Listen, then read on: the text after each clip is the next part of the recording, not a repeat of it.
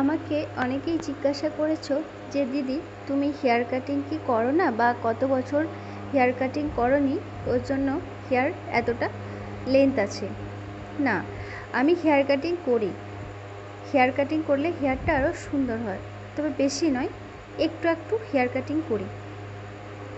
তো তোমরাও hair cutting করবে। হেয়ার কাটিং করলে হেয়ারটা আরও সুন্দর হয়, গ্রোথটা বাড়ে, লেন্থ হয় তাড়াতাড়ি।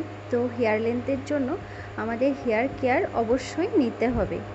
তো আমরা কেয়ার কিভাবে নেব, বা তোমরা কেয়ার কিভাবে নেবে? অয়েল ইউজ করতে হবে, প্যাক ইউজ করতে হবে। তো বারবার কেমিক্যাল না দেওয়াটাই ঠিক। আমরা যেগুলো ঘরোয়া প্যাক ইউজ করি এইভাবেই ইউজ করবে। হয়তো মাঝে মধ্যে কেমিক্যাল দিলে অসুবিধা নেই। তো আমি কিন্তু আমার চুলে কোনো কেমিক্যালই দিই না, সম্পূর্ণটাই বাড়িতে। তোমরাও ট্রাই